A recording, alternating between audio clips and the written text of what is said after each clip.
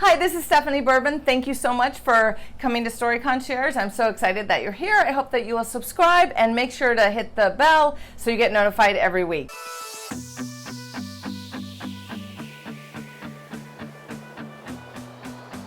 Today I'm going to be actually answering some questions that people have asked me via Twitter and Instagram and Facebook and even in person at conferences, because if you follow me on social media, you know that my MacBook Pro has died, so I can't really edit videos right now, but I still wanted to put one out. I'm using my iPhone and minimal editing because the computer that I do have doesn't really work with this editing software. It's just not ready, which I guess is what the problem was with the MacBook Pro. Even though it's a MacBook Pro, it was a few years old.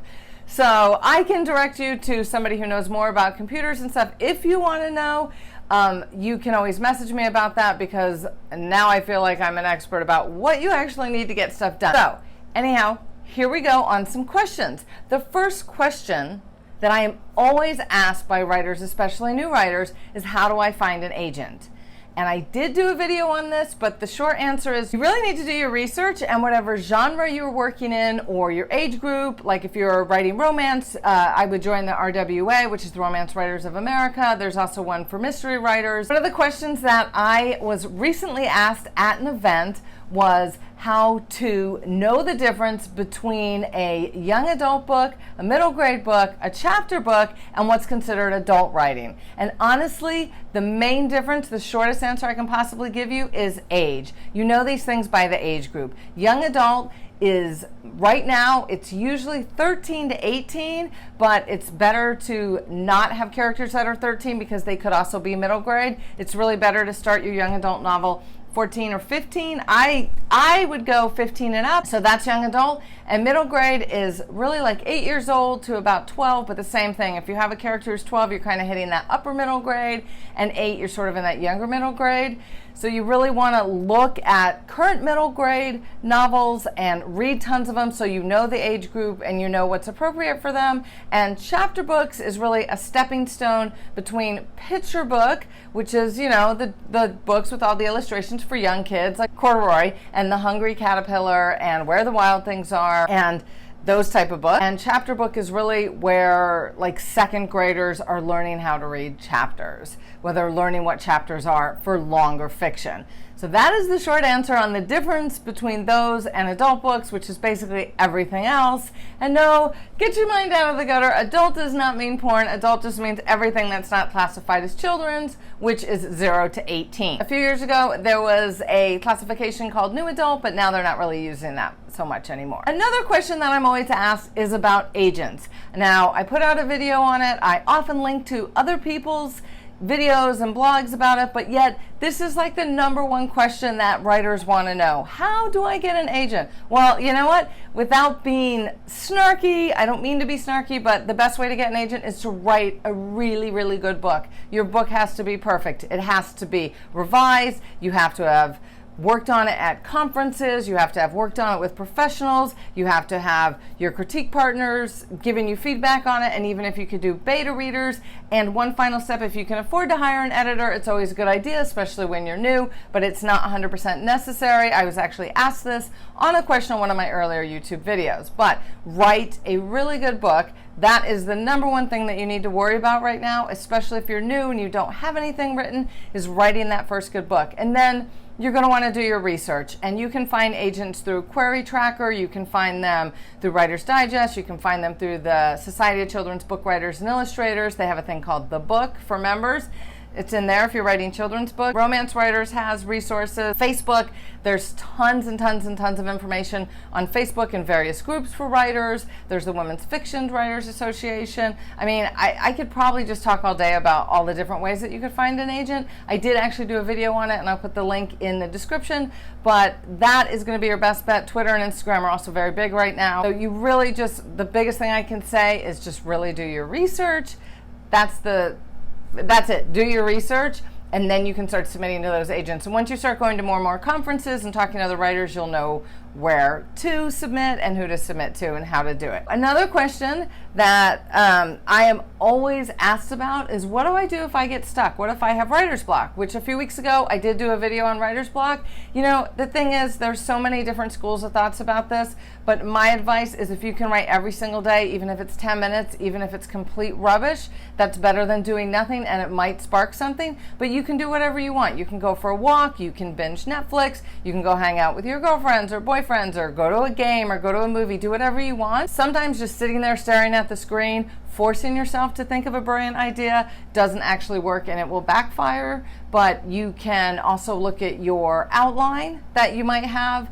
If you don't have an outline, you could start, writing one down. What do I want to happen next in the story? And those are always really good ideas to get out of writer's block.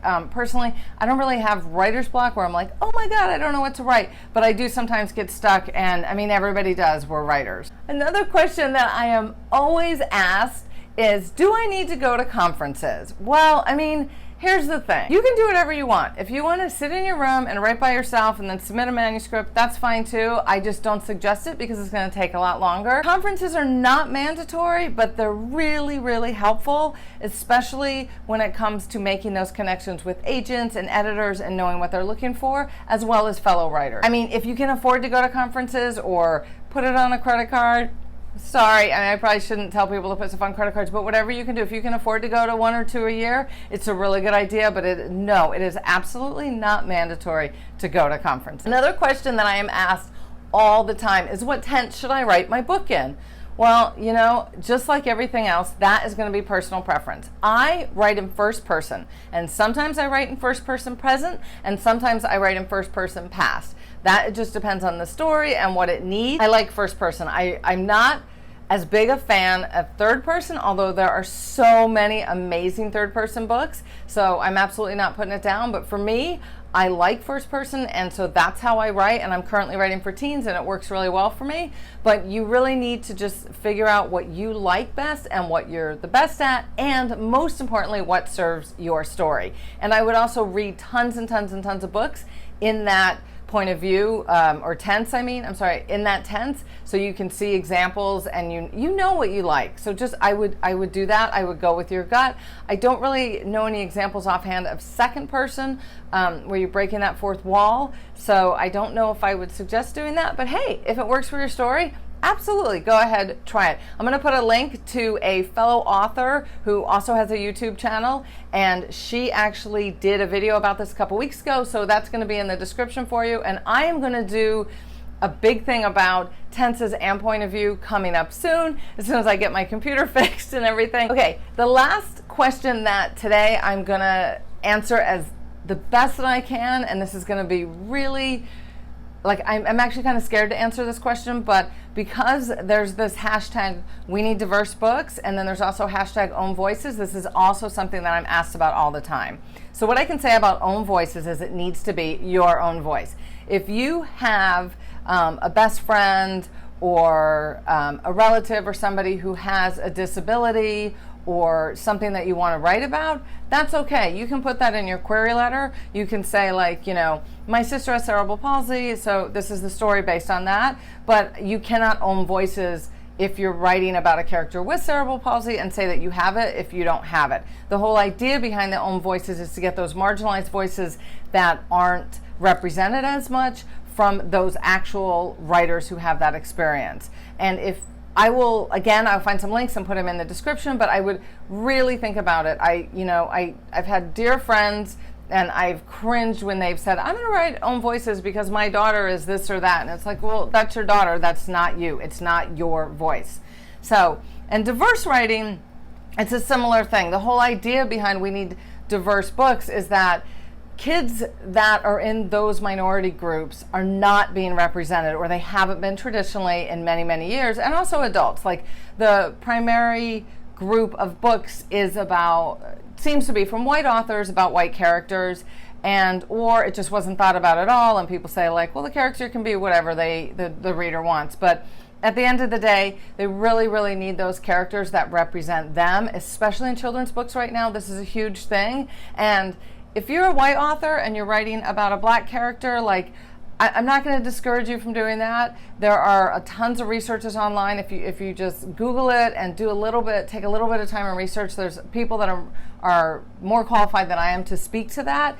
I would say that you would need to read at least 100, if not even 1,000 books by those authors so you understand the voice and everything. Personally, I wouldn't touch it. I personally have diverse characters in my books, but the main story is not coming from the point of view of, say, a black kid from Mississippi, because honestly, I have no idea what his life is like. And especially like if it's written in now or if it's in the 50s or whatever, like it's just something that I don't have experience with, so I wouldn't be able to speak to it. And another thing that you really need to another thing that you really need to watch out for is doing stereotypes or tropes. You just really need to be careful. So what I would do is sit down, take some time, and Google "we need diverse books" and really study up on the subject if you want to do it. Now, if you are somebody from a diverse background, yay! The world needs your book. So please write your stories, because we need it. The whole world, especially now, we need those books. So I hope this was helpful, and I'm sorry about the format, and I know it's not as great and polished as some of the other ones, but I really wanted to get a video out this week despite all the technical difficulties I'm having. There is a chance that next week I won't have a video out, but worst case scenario, I'll probably do the same thing and just record something quickly on my phone for you and slam edit it out just so you have something, because I have so much content that I want to share from you. And I had 8 full edited videos ready to go that I lost on the MacBook the other day, and it was yesterday, and it was so hard just not to cry, but it's one of those things that there's nothing I can do about it. Crying's not going to make it better. So I am going to redo all that content, but I just need a little bit of time to get the new computer and everything. So happy writing, and I hope this was helpful. Please drop any questions you have in the discussion. And also, you can join my Story Concierge Facebook group. The link is definitely down there in the description. And you can always email me or find me on my website. And also, I do have courses coming up this fall that I'm very, very excited about. Because of the technical glitch, that they might release a little bit later, but definitely they're coming out. So please sign up for my email list, and I'm going to give you a couple freebies in the description below that will also connect you with me. So thank you so much, and have an awesome week.